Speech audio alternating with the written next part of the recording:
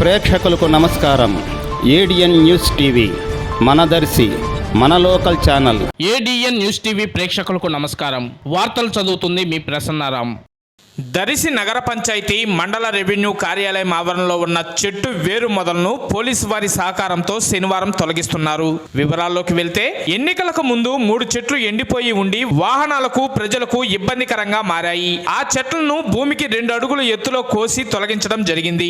ఆ మిగిలిపోయిన మొదలు వల్ల కక్షదారులకు అర్జీదారులకు అడ్డుగా ఉన్న చెట్లు వేరు మొదలను దర్శి పోలీసు వారి సహకారంతో తొలగిస్తున్నారు. గతంలో ఈ ప్రాంతంలో పురాతన కాలం నాటి నుండి ఉన్న ఈ చెట్లు ఎండిపోవడంతో అవి భూమికి 2 అడుగుల చొప్పున ఉంచి కొట్టివేయడం జరిగింది. భూమిలో ఉండటం వల్ల వాహనాలకు ఇబ్బంది కలిగిస్తూ రాత్రుల సమయంలో కక్షదారులు పోలీస్ స్టేషన్ కు వచ్చే సమయంలో అవి తట్టుకొని పడిపోవడం ఇబ్బందికరంగా మారింది. ఇది దృష్టిలో ఉంచుకొని గతంలో ఏడిఎన్ న్యూస్ టీవీలో వచ్చిన వార్తకు పోలీసు వారు స్పందించి శనివారం రోజు ప్రొక్లైన్ తో తొలగించడం జరిగింది.